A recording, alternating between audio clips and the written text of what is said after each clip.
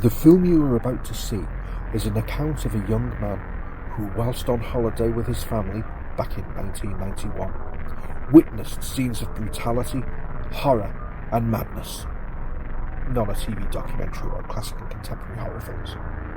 This led to his lifelong fascination with the film The Texas Chainsaw Massacre. In this episode, you'll hear his enthusiasm for the film. Be warned though, this contains clips of horror that some people may find disturbing. This documentary was made under fair use, and purchase of DVDs, games, books, etc. is highly encouraged. All material belongs to the copyright holder.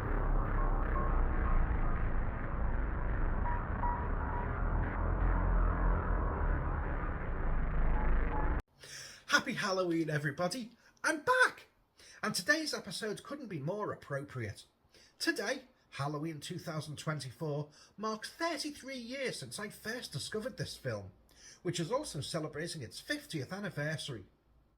Often topping the lists of most frightening films, we're looking at one of the most controversial and notorious horror movies ever made, the Texas Chainsaw Massacre. A low-budget masterpiece that became the scourge of the UK censors during the 70s, 80s and 90s, and beloved of horror fans across the world. In this episode, we look at the troubles it faced in the UK, its eventual release, legacy and merchandise. So, grab a bowl of head cheese, pull your face masks tight, and let's journey down Texas way to experience the original Texas Chainsaw Massacre.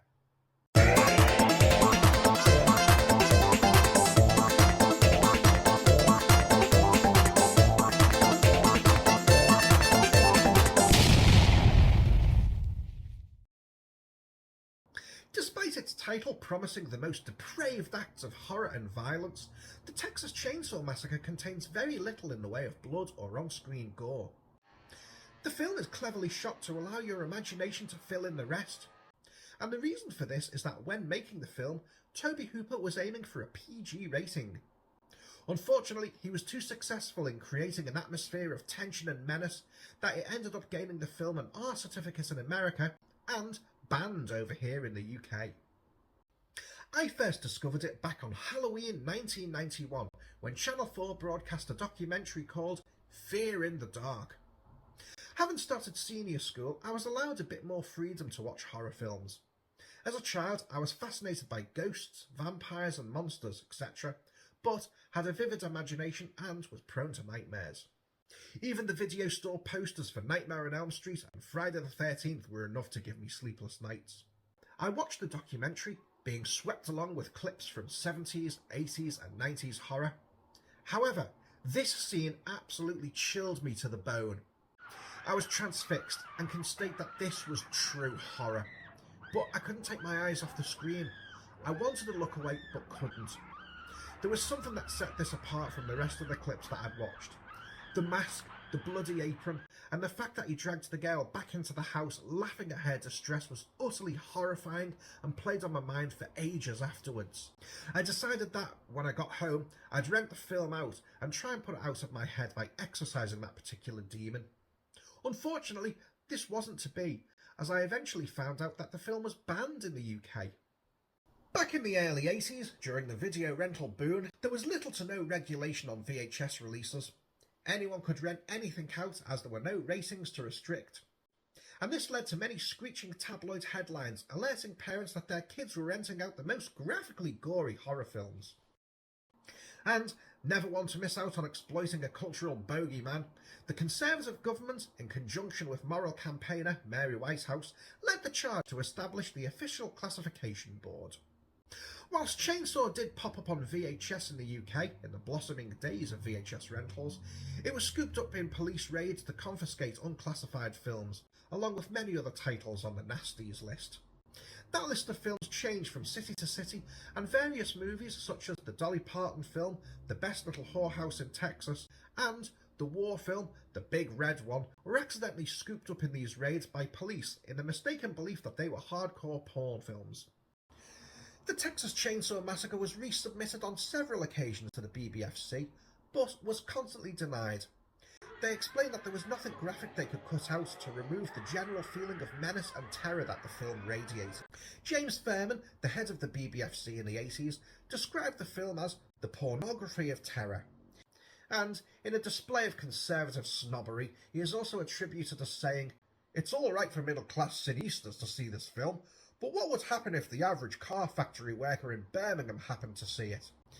Now, I've seen a few variations of this quote used in different urban cities, but the sentiment was the same.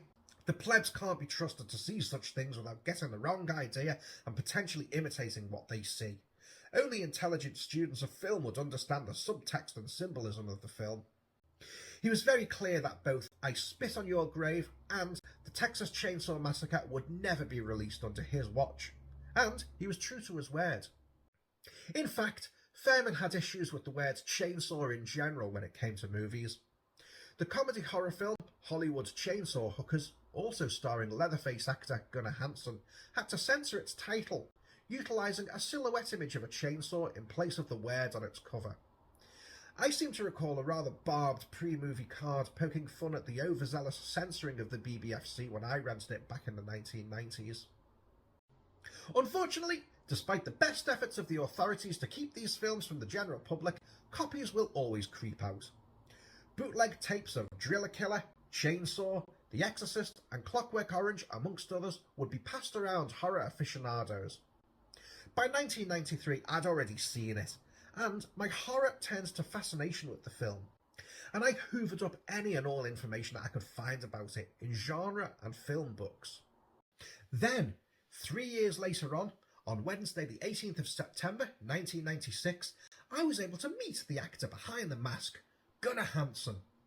Cult store Forbidden Planet ran the Bad Guys Tour, in which both David Prowse, who played Darth Vader, and Gunnar Hansen, who played Leatherface, were touring stores around the UK, meeting fans and signing autographs. At the time, Star Wars was having a bit of a resurgence. The majority of people queuing up there were to see David Prowse. Now, at the risk of voiding my cult credentials, I'm not a big fan of Star Wars. I watched and enjoyed the original trilogy growing up as a kid, but my sci-fi taste has firmly nailed to Doctor Who. I lost interest completely in Star Wars after sitting through The Phantom Menace, and I've never felt the urge to catch up. It's a series that now feels so overwhelming with its expanded universe that I just don't have the time or knowledge to just dip in. I feel the same way about Marvel films as well. But anyway, I digress. David Prowse was bombarded by folk, ecstatic to meet Darth Vader, whereas poor old Gunnar Hansen was looking a bit forlorn, as his starring role was in a film unable to be seen in the country. However, along came the likes of me and various other horror fans mixed in, who gushed over him, making him very grateful and happy to chat and sign. A month or two after that, I found his website with his email address online, and he was gracious enough to correspond with me for a little while. He was a lovely guy and sadly passed away back in 2015 and is a sad loss to the horror community.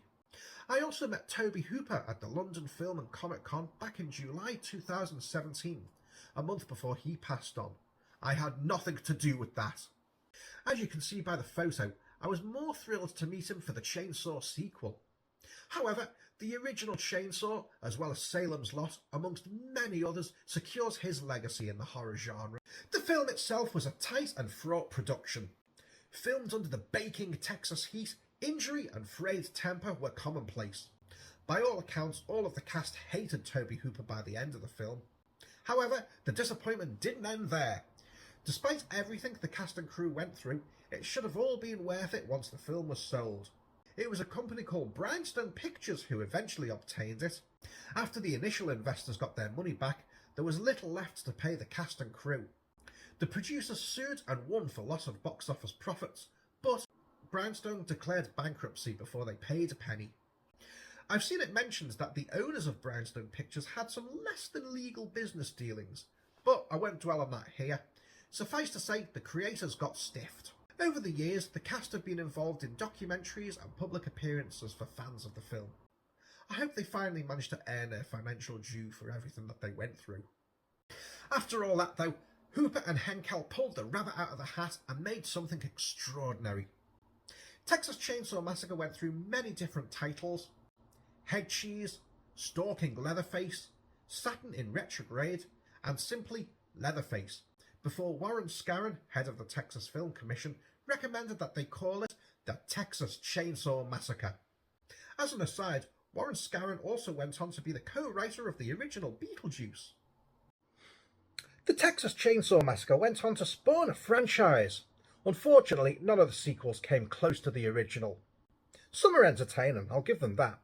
My particular favourite is Part 2. However, the sequels forget one very important point.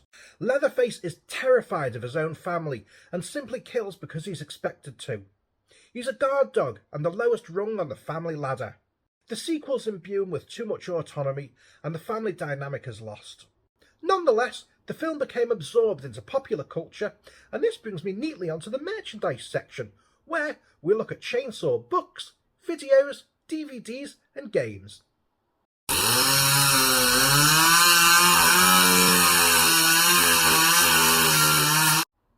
For a more in-depth analysis on how the film mirrors the politics of the time, this was a fascinating book. Leatherface vs. Tricky Dick, The Texas Chainsaw Massacre as Political Satire by Martin Harris. This book goes into great detail about the influence of the Watergate scandal on the film. It's 248 pages and breaks down nearly every scene of the movie and how it relates to the unfolding political events that dogged President Nixon and America at the time. As a Brit who only really took an interest in UK politics back in 2015 and doesn't know much apart from the broad strokes of the Watergate scandal, this did provide a lot of depth into the event. However, I'd say it was a bit overwhelming if you only had a passing knowledge of the case, because it's very detailed and there are so many aspects and characters involved in the political drama. As a whole though, it's fantastic. You get a section outlining the events of the film, followed by a section detailing the situation with Watergate, and this is how the book is constructed. It's a brilliant book and really digs deep into the political influence on the film, and it does give you a different perspective on the film upon rewatches, and it gives you a lot to think about. I recommend it if you've got an interest in politics or the subtext of the film. It's always nice to get a fresh perspective on the movie, and this was fascinating. It's written so that it's easily understandable for such a complicated case, and it's available on Amazon and well worth a read.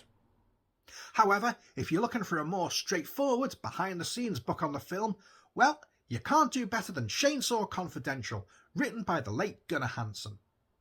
Hansen, who played Leatherface in the original film, penned this back in 2013, and it's his personal recollections making the movie and all of the difficulties and controversies that went with it. According to Wikipedia, this book came about because Hansen had been approached by various publishers requesting an autobiography.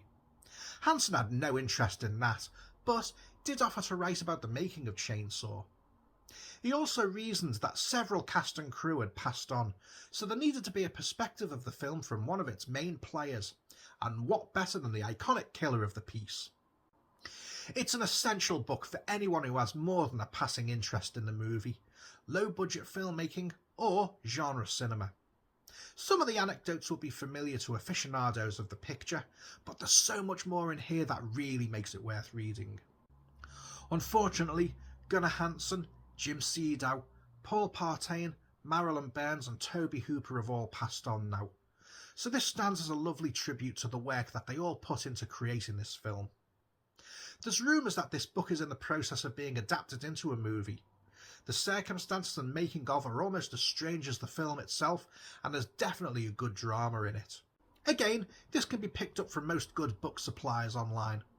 The hardback book may be out of print now, but a paperback version is available, which has the same content and is likely just as wonderful. This next book covers the Texas Chainsaw Massacre franchise up to the lackluster 4th entry, The Return of the Texas Chainsaw Massacre. You sit the fuck down and shut up. And it's called The Texas Chainsaw Massacre Companion by Stefan Jaworsin. This is a cracking book that covers each of the original 4 films with many black and white photos from the franchise. I'm not going to go too much into that now, as I will make a separate video covering the Texas Chainsaw Massacre Part 2 in the future. Getting back to this book though, each film is covered from interviews with cast and crew, I mean, it raises slightly over Chainsaw Confidential by including interviews from actors who have now sadly passed on, such as Jim Cedo, Marilyn Burns, Paul Partain, and the director, Tobe Hooper. However, these are different books, and Confidential gave us the personal focus on the original from Gunnar Hanson's point of view. Chainsaw Companion is more broad in general, and gives all the key players a chance to talk about their pictures. The book contains many black and white photos of behind-the-scenes setups, foreign market posters, and publicity stills. It features an introduction from Gunnar Hansen, a look at Tobe Hooper's other works, including his very first film Eggshells, and a list of further viewing, including some documentaries which I've already discussed here. I can't recommend this book highly enough. It's a compelling read with many interview pieces, building up the story of how each film was made, from the actors and the crew who went through hell to make the pictures. It gives in-depth examinations to the sequels as well, and whilst none of them have captured the gritty horror of the original, there's plenty to enjoy, and sometimes the messier the film, the more interesting behind-the-scenes story. So this is another must-buy if you're interested in the series. Like Chainsaw Confidential, you can pick this up from most reputable bookstores. This last book is, ironically enough, one of the first pieces of Chainsaw merchandise that I picked up back in 95 or 96. This was a series of books labelled Shockers, looking at rare, cult and horror movies from fantasy film memory. This was number 2 in the series. Issue 1, which I don't own, looked at the film Cannibal Holocaust and director Lucio Fulci. After researching this, I discovered that it actually came out in 1991, published in France, and was limited to a print of 3,000 copies. As I've mentioned, the Texas Chainsaw Massacre was still banned at this point, and UK merchandise was very difficult to come by, so I was over the moon when I found this. Now, before I continue, this book is incredibly rare in itself, but as you can see, it's autographed by both Gunnar Hansen and Tobe Hooper, who are both no longer with us.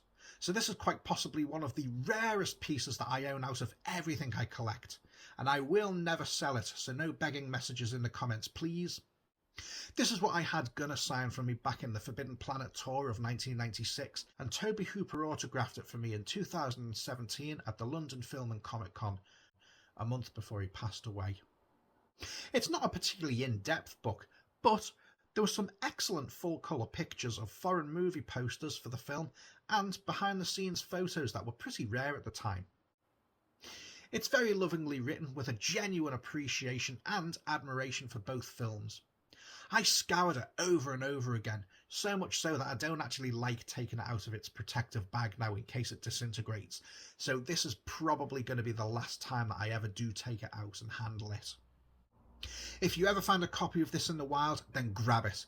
It doesn't come around that often, and with it being a limited run, it's a wonderfully rare collectible, autographed or not.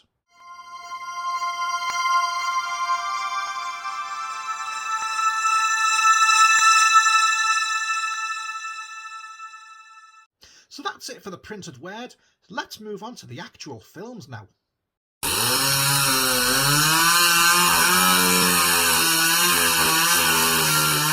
One piece I would have liked to have had in my collection is an original pre-purge, pre-certificate rental tape. They used to pop up regularly on eBay a while ago, but the last time I looked, prices ran between £50 to £150, and my income just isn't that disposable anymore. I do have a couple of videotapes from the 90s though. This is just a display piece. I don't have a VHS to go with it, but this is my favourite cover for the Texas Chainsaw Massacre. As it says, it was issued from Ivor Film Services, a company based in Bucks. From research online, this comes from the 5th UK VHS release. I love the nearly nighttime background, the trees and Leatherface front and centre. They didn't quite get the killing mask right, but they didn't need the stitching to make it look horrifying. This pale white mask, partially hidden in shadow, with the eye peering from the darkness that was once its former owner's eyelids, is very creepy. I love the action pose and the blood on his apron and the blade of the saw. Unfortunately, despite searching, I don't know who the artist for this was, but I absolutely love it. I picked this cover up from a comic fair in Liverpool back in the early 90s. There was a chap who sold photocopies of banned movie VHS covers out of a folder, and I picked this one up because I was obsessed with the film at the time and loved the artwork on it. It draws me in more than the traditional red, white and black cover. This has a dangerous, almost seedy feel to it. It promises the most obscene horrors and, whilst not as graphic as the Driller Killer VHS cover, would still likely to have given the likes of Mary Whitehouse and her ilk a fit of conniptions. As part of the moral panic over these films, many low-budget horror titles were rumoured to be snuff movies. I'd heard it said about the Texas Chainsaw Massacre as well. And I'm not going to lie, it's got that vibe. The description of the film regales you with its grisly content, daring you to experience the horror contained within the tape. It reads, "The film is an account of the tragedy which befell a group of 5 youths, in particular Sally Hardesty. For them, an idyllic summer afternoon drive became a nightmare when they were exposed to an insane and macabre family of chainsaw killers. One by one, they disappear to be brutally butchered, each murder more horrendous than the last, with one victim being hung live on a meat hook, another trapped in his wheelchair as he is hacked to death, and a surviving member of the group making a frantic bid for escape in the horrifying climax." So this stands as a nice display, and it's a shame that none of the modern re-releases came with this artwork. The next VHS I have is a tape that I imported from America back in the 90s. The film may have been banned, but there were no similar restrictions on documentaries, so I got this, The Texas Chainsaw Massacre, A Family Portrait. This is a documentary created by Brad Shalady that features interviews with all the members of the Chainsaw family. Gunnar Hansen, who played Leatherface, Ed Neal, who played the hitchhiker, Jim Cedo, who is credited as Old Man, described as the cook and later renamed as Drayton Sawyer, and last but no means least, John Duggan, who played Grandpa. According to the director, he approached Gunnar Hansen back in '85 to make a short documentary film about his experience making the movie. Hansen was flattered but declined. Undeterred, the director contacted the other actors who agreed to be interviewed. Shalady returns to Hansen, telling him that he got the whole family together except for him, and with this, Hansen agreed. The documentary came out in 1988, and I presume this is an early release. A lot of the copies that I see around state revisited, which would indicate an updated version. It's been a long time since I've seen this, what with it being an NTSC VHS. However, it did get a Blu-ray release back in 2016, and I believe you can rent it for streaming on Amazon Prime. In fact, the back of my Blu-ray copy states revisited, so this will likely be a different cut to the VHS copy that I own. It's a great documentary with all the principal family actors relating their memories and experiences of the film. Definitely one to pick up if you can find it. Finally, another documentary, The Texas Chainsaw Massacre, The Shocking Truth. Released in 2000 from Exploited Films, this version came with a free CD featuring the song Fool for a Blonde by Roger Bartlett and Friends, if you bought it from HMV. I didn't buy it at the time for some reason. I think maybe I was more gravitating towards DVD, so I don't own the CD. A friend of mine gave me this in a clear out, and I'm incredibly grateful because it's a great collection piece. Whilst primarily about the original, The Shocking Truth does explore some of the Chainsaw sequels. Unlike Family Portrait, the interviewees also consist of original creators Tobe Hooper and Kim Henkel, and most of the main actors from the original movie. I think it's only Edwin Neal, who played the hitchhiker, and Terry McMinn, who played Pam, who were absent from the cast list. The Shocking Truth has been included as an extra on a couple of UK DVD and Blu-ray releases, with additional footage, so if you've been despairing that you won't get to watch this because it's a VHS, well, panic no longer. There's a wonderful quote on the back from cult film director Jim Van Bebber about the film. This thing came out in clown paint, blood spattered with homicide on its brain. And the details on the back of the box read, "In the scorching summer of 1973, a group of young filmmakers and actors produced a low-budget exploitation film for the drive-in market. the film would become one of the most notorious pictures of all time and would change the face of horror. The Texas Chainsaw Massacre is famous for the level of terror it creates without showing the gratuitous violence that the lurid title promises. But there are many levels to the story behind the film. The distant inspiration of the Ed Gein case from 50s Wisconsin, the political climate in the US, and the new American independent cinema. The tortuous shoot which nearly drove the participants over the edge, the distribution deal which made someone a lot of money, but not the filmmakers, and the creation of a cult classic which still holds as much power today as it did when it was first released on an unsuspecting public over 25 years ago. So I'm delighted to have this. At some point in the future I'm probably going to be checking Discogs and eBay to see if I can find a copy of the CD. Well, CDR actually. As just another piece to add to the collection. Anyways, let's leave the retro pleasure of VHS and take a look at some of the more current releases that technology has to offer. On the 19th of March 1999, the ban was finally lifted, and we in the UK could experience the film that had caused the censors so many headaches. No longer did horror fans have to pass fourth generation snowy VHS copies around. Now we could waltz into any entertainment store and pick up a copy. I never bought the film on VHS when it finally arrived. As I mentioned before, I'd upgraded to DVD, and I can't remember if there was a bare bones DVD issue, but this was the one that I'd been waiting for. Released in 2002, we have the Texas Chainsaw Massacre Special Edition DVD. I like the minimalist design on this cover with the solitary chainsaw and red embossed title on the front. And this was the release that finally allowed it to take its proper place in the horror hierarchy in the UK. No longer would fans have to put up with static-laced VHS copies. This was a cleaned-up print with a ton of extras that really felt definitive. It came with a rather lovely booklet with mini essays on the making of the film, the history of Ed Gein, the notorious murderer and inspiration for the film, Psycho and Silence of the Lambs as well. And it concluded with a biography of the director Tobe Hooper. The documentary The Shocking Truth was also included in this package, along with a host of extras, including vintage TV and theatrical adverts for the film, trailers for the sequels, deleted scenes and raw footage, which had largely been unseen at that point, along with a commentary on the film by Tobe Hooper, director of photography Daniel Pearl, and Leatherface actor Gunnar Hansen. There was an offer on the DVD for anyone who bought the release to claim a free poster of the original US release artwork. I never got round to it, probably because I'd stopped collecting posters at that point, or I had nowhere to put it up. This was a great release and did justice to the film. As DVDs have been overshadowed by Blu-rays now, you should be able to find this very cheap on the secondary market. It's well worth picking up if you can find it, although I'm pretty sure that the poster offer has expired by now.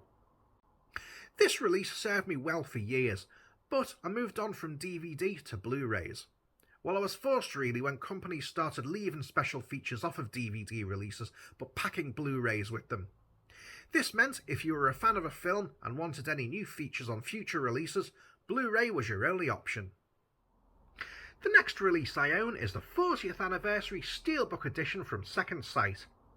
I'm a sucker for a steelbook, and I love the design on the front of this, with Leatherface in the foreground against the farmhouse with the sun looming behind it.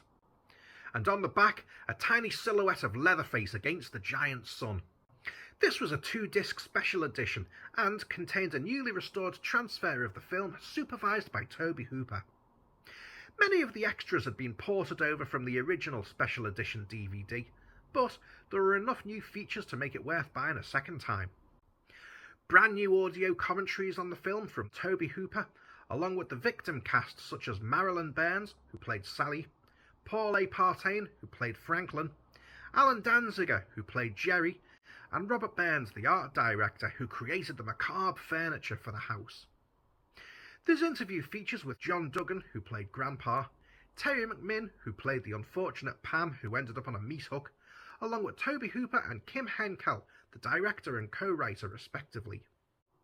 There's an episode of a series called Horror's Hallowed Grounds, in which our host, a chap called Sean Clark, tracks down the original locations from the films and shows how much has changed since these films were made.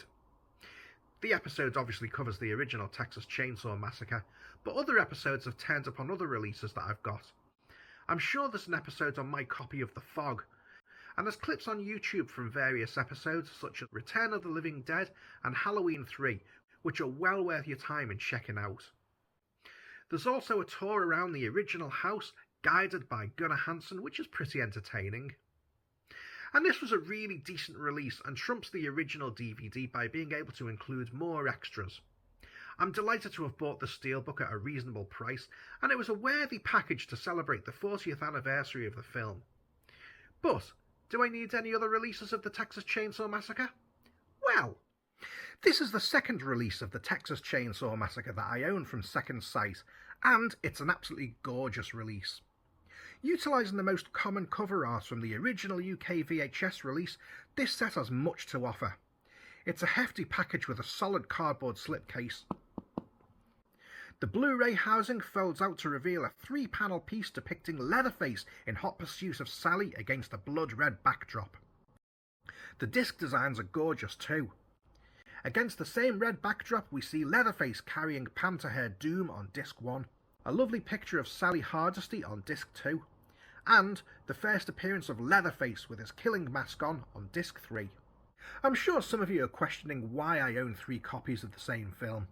Fair enough, but I'm a sucker for these boutique releases of cult films, particularly something as special as the Texas Chainsaw Massacre.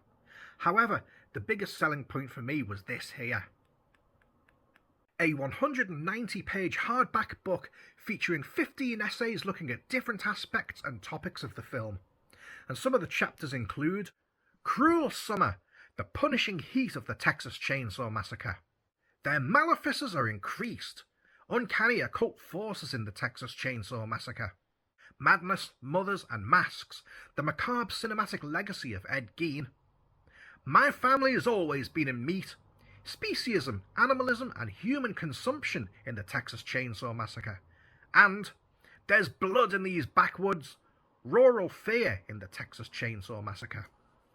Unfortunately, I've still not had time to sit down and read through this properly, but I'm really looking forward to it though. Finally, we received a pack of 6 art cards.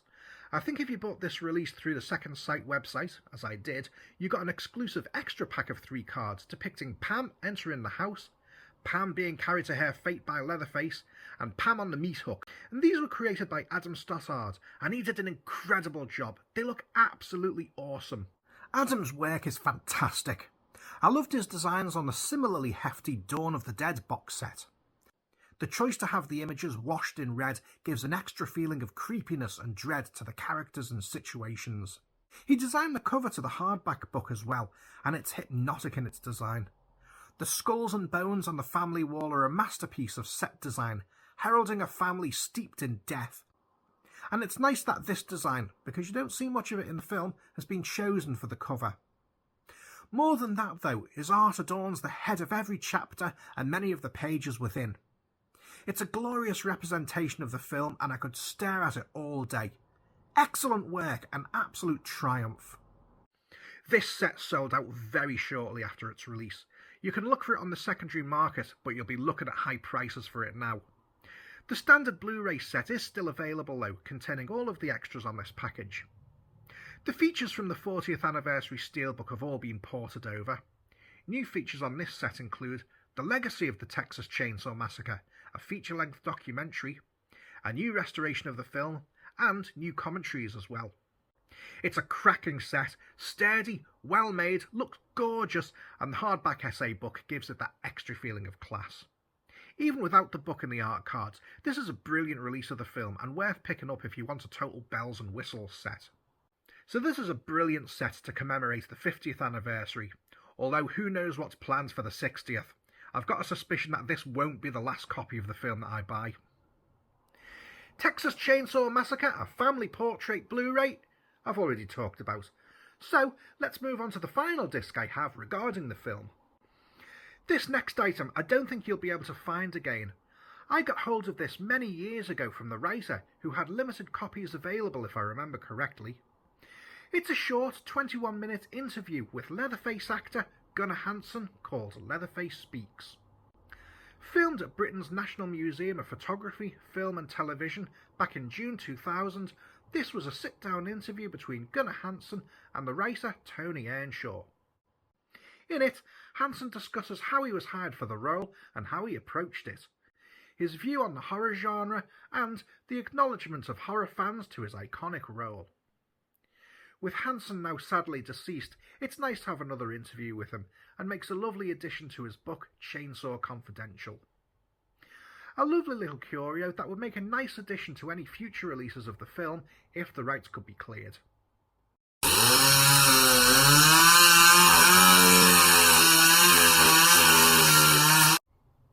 Funko Pops are ubiquitous.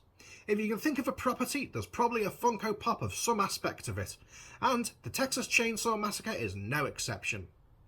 Some people love these things, others hate them. I'm indifferent. I think they're a cute representation of the properties I enjoy, but I don't go mad over them. I think I own about 15 or so of characters that tickle my fancy, but they'll show up in other videos. This Leatherface has him looking rather forlorn holding his chainsaw, and I always think that he looks a bit like Frankenstein due to the mask design. Funko put out another couple of models, including Leatherface holding his mallet and Leatherface in his Pretty Woman mask. In fact, I also have this. It's the Pretty Woman mask pen topper, and it's a rather neat little collectible, but it just stands on my shelf in my collection. It's nice to own these, but I've no burning desire to pick up any more. Although, if they did a whole family pack with Grandpa, the Cook and the Hitchhiker, I could be tempted. These are pretty easy to find if you want to pick them up for yourselves. Most collectible stores will have these. Not like this next item though. At the end of July, I came across this limited edition art set from Alley Cat Graphics and bought it immediately, as there were only 150 manufactured and it didn't pay to sleep on it. You're welcome to check and see if there's any available, but it has been nearly a month now, so they may all have been sold out. However, they also sell many other incredible badges, images and sets based on cult and horror films. So it comes in a grey cardboard case with a mock VHS label on it displaying the contents inside this beautifully designed slip cover. I love the colour and character design on this. Leatherface advancing menacingly, bloodstained chainsaw in hand, while Sally Hardesty's terrified eyes look on. The fact that Leatherface has plain white eyeballs makes him look even more terrifying.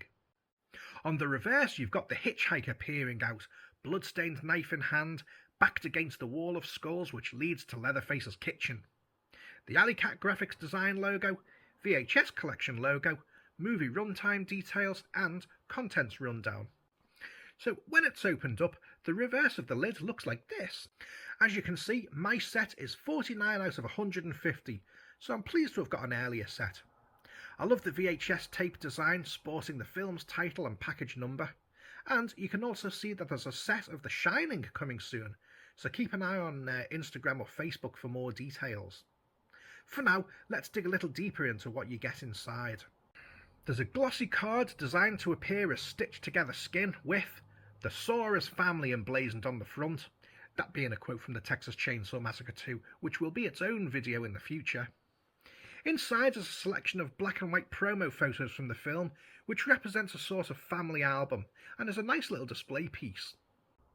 You get 4 brilliantly stylized stickers representing the clan. Grandpa is holding his hammer, the cook is stirring up a batch of innards, the hitchhiker is ready to take a picture, and Leatherface, sporting his killing mask, wants to introduce you to his friend. The fantastic and Alley Cat Graphics has nailed the likenesses. I'm very pleased to see the cook represented. As the most outwardly normal of the family, he's often left out of promotional images and merchandise. He also happens to be my favourite character, played with a sympathetic edge by the late great Jim Seedow.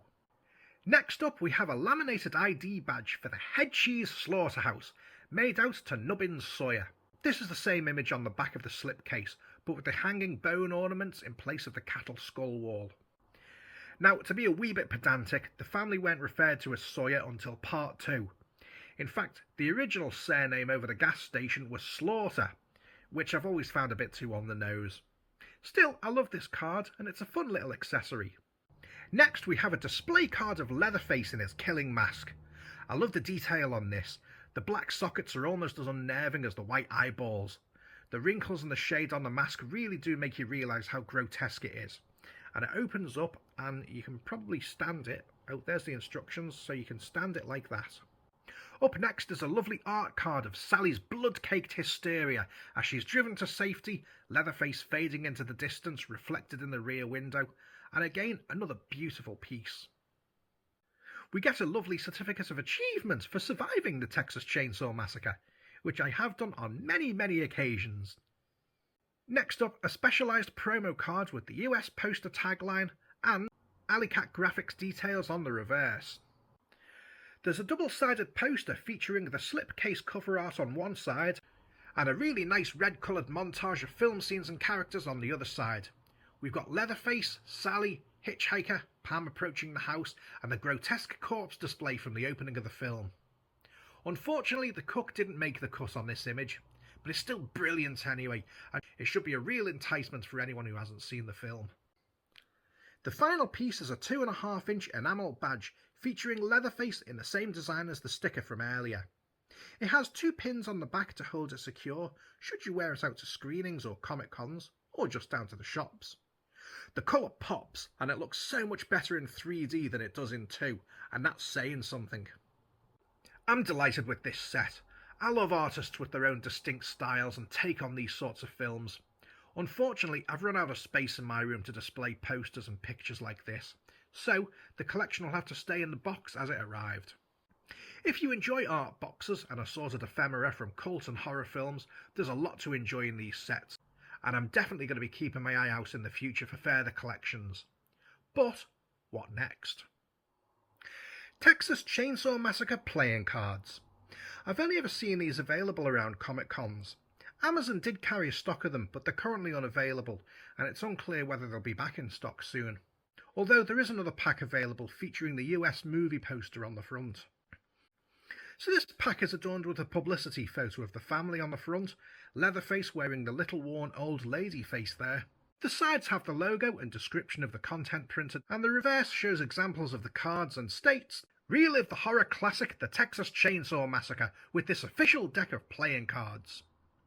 Now you'll notice that it has French text printed on the box. Apparently these were made in Canada, which has a high contingency of French speakers, so these are likely imports. Having checked, they're made by a company called Aquarius, which also produced the other pack available on Amazon. Likely they'll be the same design. So what of the cards? Well, the reverse of the card shows the same publicity image as the front of the box, which is pretty compelling and eye-catching on the deck. Each card has its own unique image. I don't think there's a single duplication across the pack, which was a nice touch. I expected them to have maybe 8 or 10 stock images to use, but near enough the entire film is represented across this deck. The texture of the cards is pretty nice too. There's a grid with dots printed on it, giving it the feel of a hologram card. I had to tilt a few to confirm that they weren't holographic. The downside of this is that some of the images are a bit too dark. The image of him doing his chainsaw dance is also on the dark side too. There's quite a few that are either too dark, blurry or grainy. That's a minor quibble though, and I'm pleased to own this pack. It's a nice quirky piece of merchandise to own if you're a fan of the film. Unfortunately, you can't play Snap with the pack. So Amazon or eBay is your best bet if you want your own set. There seems to be quite a few packs available on eBay UK. Now we come to the final game. The last item I own is the official Texas Chainsaw Massacre game for the PlayStation 4. This isn't the first time the Texas Chainsaw Massacre has been adapted for a game though. In March 1983 it was adapted for the Atari computer by Wizard Video Games. I never played it, but there's footage of it on YouTube. It's very much of its time, with little to offend these days, but apparently it caused a stink back in the day. In the early 90s I owned a public domain game based on the film. These were games created by enthusiastic amateurs and distributed for free or at a small cost. In that game you play Leatherface, wandering around killing people until you run out of gas, although you can prolong it by collecting extra cans that appear and fuel your chainsaw. There's no conclusion to the game. The point is to get the highest body count you can.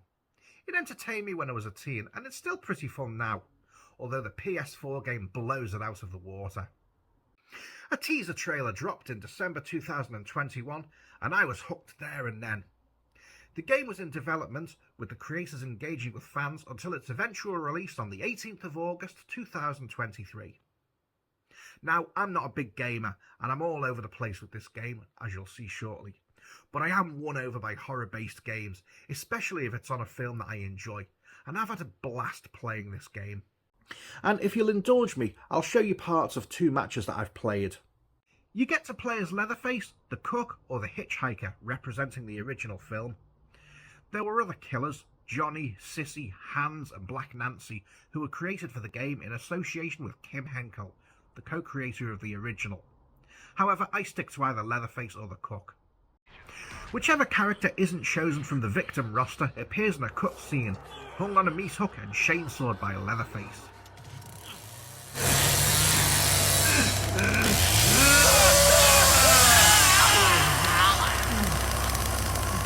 So, this is me playing as Leatherface, and we're starting in the basement of Nancy's house, so I better crank up that chainsaw. There I go. Right, time to try and find some victims. Oof. Right, okay. Try and get out this way. No, can't do that either. What about here? No, too big for that. So I'm off to a great start because I keep bumping into obstacles, hitting dead ends and blocking myself in. I hope the rest of the game goes better than this.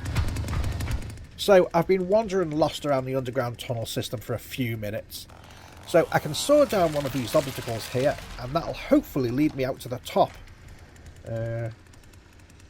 Oh, Grandpa's awake. So, the doors are open now and the victims can escape topside. So, let's see if this gets me out. Ah, stairs! And, oh, I'm outside. Oh, and who's this? Come here, I've got something to show you. Oh, I've hit her, but she's got away. Oh, no, I'm not going to bother chasing her down there. Once she's gone, she can run downstairs and lose me in the underground tunnels. And it's took me long enough to get out of there in the first place. Right, I think... Yeah, I think I'll just go and get some blood for Grandpa.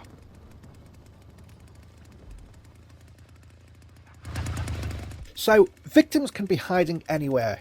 I'm going to check the boot of this car. No, nothing. Empty. Oh, hello! There's Leyland trying to escape from Johnny. I'll see if I can lend a hand. Come here, Leyland. As Electric Six once put it, I've got something to put in you. Oh my god, I've actually got him. You've got no idea how rare this is. Well, we'll be dining on Leyland barbecue tonight. Yum, yum, yum, yum, yum, yum, yum, yum.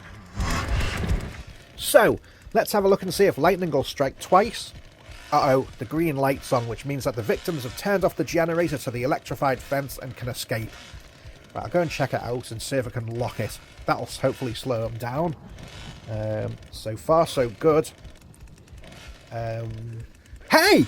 You! Come back here! You'll make a fine sausage! Oh no, she's escaped. Oh, and now I've overheated my chainsaw and it's shut down. Oh, that's frustrating. Ooh, typical. Come back? Nah, she's not coming back.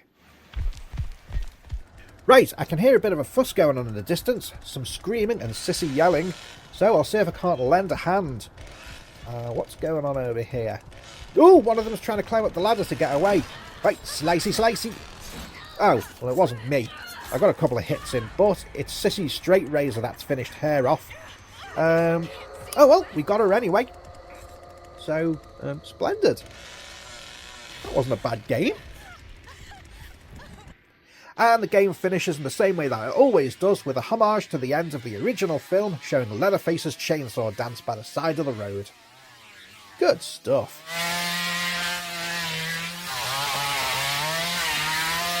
The second and final match is me playing as the cook.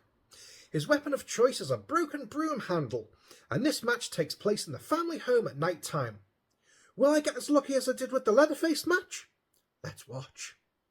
So this is my second match, and I'm playing the old man, aka the cook, aka Drayton Sawyer. And we start off in a room at the top of the family house. It's looking a bit buggy. The door didn't open straight away. Oh, come on. There we go, second time lucky. So once I get out, we'll make our way downstairs and see what we can see. Okay, I'll throw a bit of light on the situation. There we go. So, as the cook, I've got 3 padlocks which I can use to secure doors and gates, and this slows down the victim. So, let's get a padlock on that back door, stop anyone from getting out that way. Bingo, there we are. I've come back upstairs because somebody who's got the voice chat has told me that one of the victims has come up here. So, I'm going to see if I can find them. No, that's a dead end. Okay. Right, it's a bit dull in here, so let's get the light on. Hey! Someone's booby-trapped it and it's blown up on me. Ooh, it's personal now. Going around damaging my precious lamps. Well, they're not in here, so I'll check some of the other rooms. Ooh, there's Leatherface. I'll tag along with him and see if we can't do a 2-pronged attack if anyone's in there. Ooh, check the cupboards. Oh, right, Leatherface is doing that for me. No, there's nobody in there. Okay. Right. Hey, Grandpa's in danger. Better go and help him. Right. Okay. This way? Ooh, no, typical. I've put myself another dead end. Right. I've headed outside to see if there's anybody there. Or at least padlock the escape gate at the back. So, let's go and see what's about. Ooh, there's Hans in the distance grappling with a victim. I'd better get over there and see if he needs help in case she escapes. Oh, and she has as well. Right, see if I can chase her down. Damn it, I'm too old and too worn out for this. Gonna get her before she gets out the escape gate? No, she's escaped. No, and the electricity's gone on far too late. Grrr. Well, I am not a happy cook. I'm checking out the front of the property now in case there's anyone hiding there. There's our swing chair. There's my truck. And there's the house with the moon peering down over it. Very atmospheric. I can't see anybody though, so I'm going to head back down the path. I'm going to see if anyone's hiding in the darkness. Or the bushes at the side. Nope. Oh, I can see that they've turned the generator off because the green light's on, so they can escape over the cattle grid at the front. Right, someone's peeping in my ear. Turn around. Well, well, well. There's my old friend Leyland. Come back, buddy. I just want to chat. Oh, and it looks like he's out of luck because someone switched the generator back on. That's right, you wait for Drayton. Oh, come on, see if I can catch him. Damn it. Oh, missed him. Now he's sulking. Come on, he's getting away. Right, he's injured, so let's see if I can catch up with him. I can hear Leatherface coming as well. Oh, come on, come on, come on. Get him, get him, get him. Oh, I've got him a whack and he's fallen right down the well. And that loses him some energy. Now, that well leads to the basement. And he's going to try and escape through the house. So, I'm going to see if I can get there first. Right, come on, open up. Come on, open up. It's a bit buggy. Oh, right, okay, we got there anyway. So, straight ahead, and he'll have to come up through the killing room. So, I'm just going to wait up here, see if he comes up. Oh, here he is! Right, come on. Right, there he goes. Excellent! Oh, another 2 whacks. Just as he tries to escape. Right, he's going to make a break for the back door, isn't he? So, right, come on. Where are you? There you go. Hey, don't you shut the door in my face. Right, I'm after you. Hot on your tail. I'll get you. No, I didn't get him. I missed. Right, I'm still after you. Hey, I'm just an old man. How dare you? Ooh, I can see Hans. Get him for my indignity, Hans. Right, come on. Back on my feet. I'm back after him. Right, where is he? Come on. Oh, I've got him again. Brilliant. Right. Oh, no. He's down to Hans now. So, there he goes. Hans has finished him off. But I gave him a good couple of whacks. And we got him in the end. Cheers, Hans. Right. Might as well get some blood for Grandpa while I'm here. There it is. Fill it up. Nice and tasty. Just like Grandpa likes it. I'm back outside at the front now to see if there's anyone there. So, let's check the path. Oh, the light's gone green. So, right, and they've escaped. Oh, and the game's over. So there's Leatherface's dance. Well, I still got a couple of good whacks in, and it wasn't a dull game. Yeah, I had fun with that one.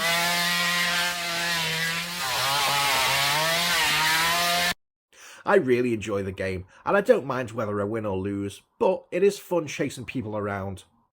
Honestly speaking, I don't play as the victims that much because it's a genuinely terrifying experience.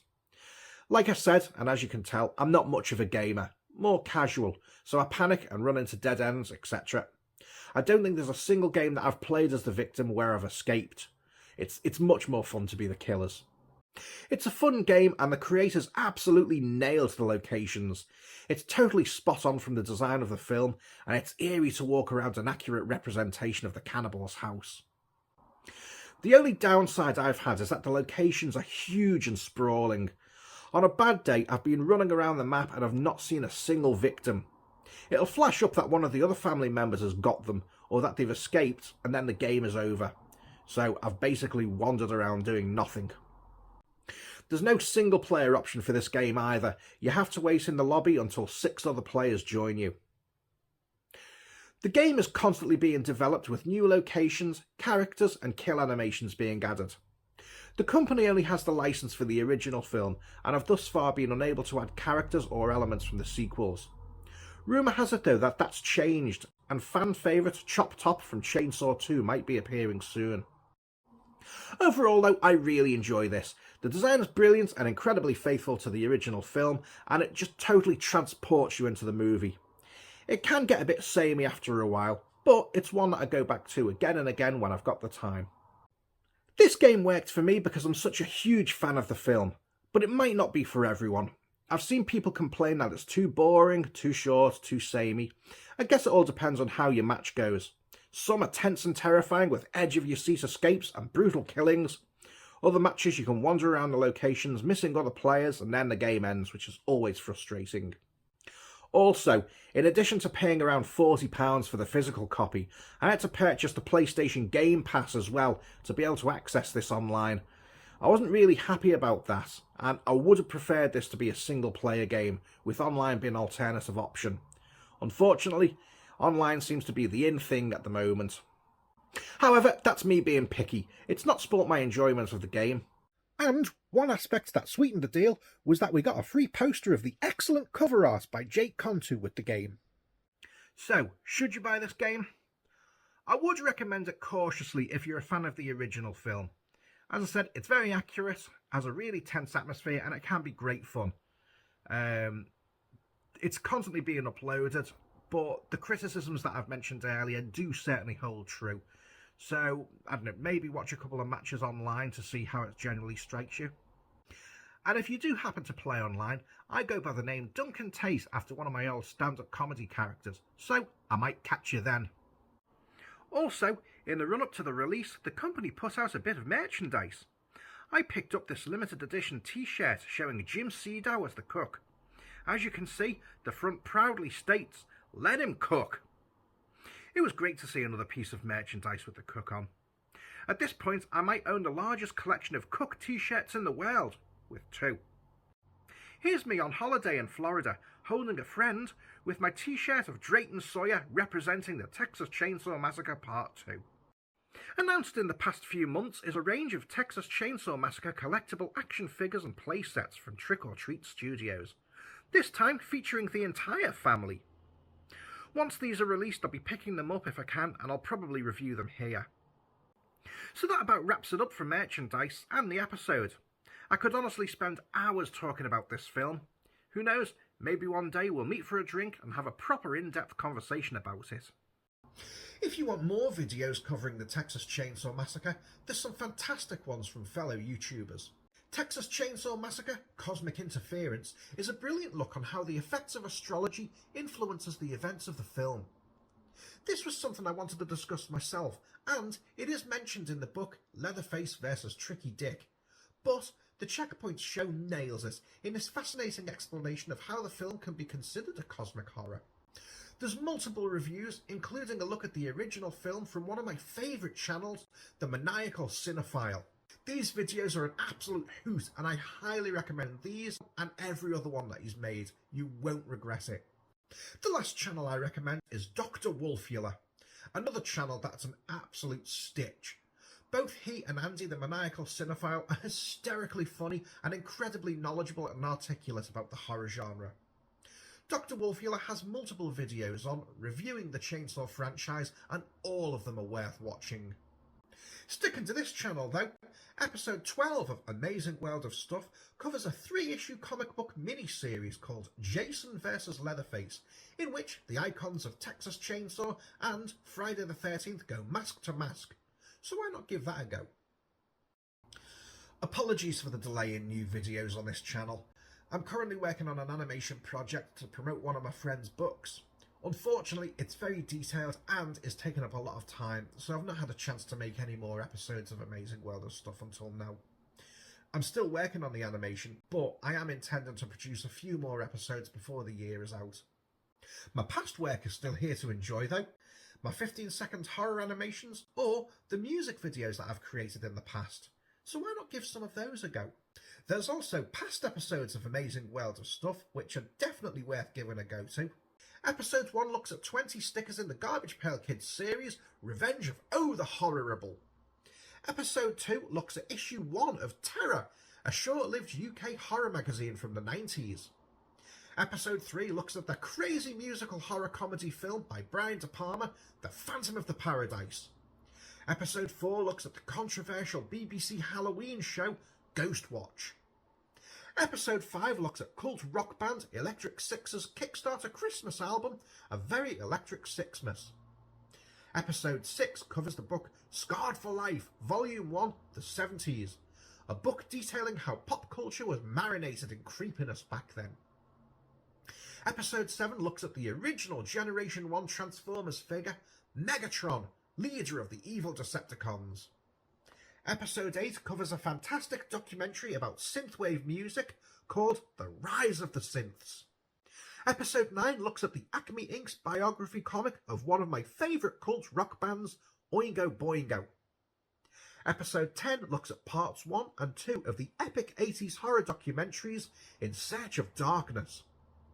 Episode 11 looks at Oingo Boingo lead singer Danny Elfman's 2021 solo album, Big Mess. Episode 12, as I mentioned before, covers the comic book mini-series Jason vs. Leatherface.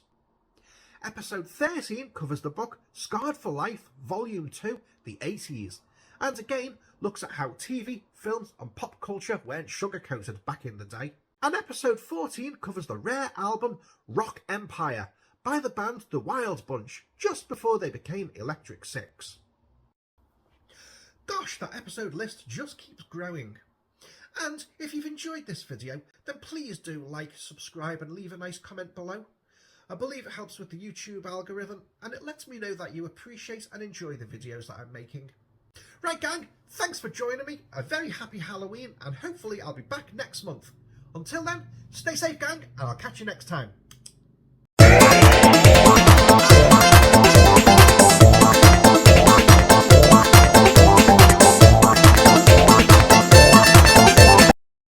Apologies that I missed the Halloween deadline. Well, we're only out by one day, so let's pretend this is Halloween 2. Yeah, why not? Oh, a quick hi there to Colin, Tim and Michael all the way over in Vietnam. Thanks for your support, and I'll speak to you all soon.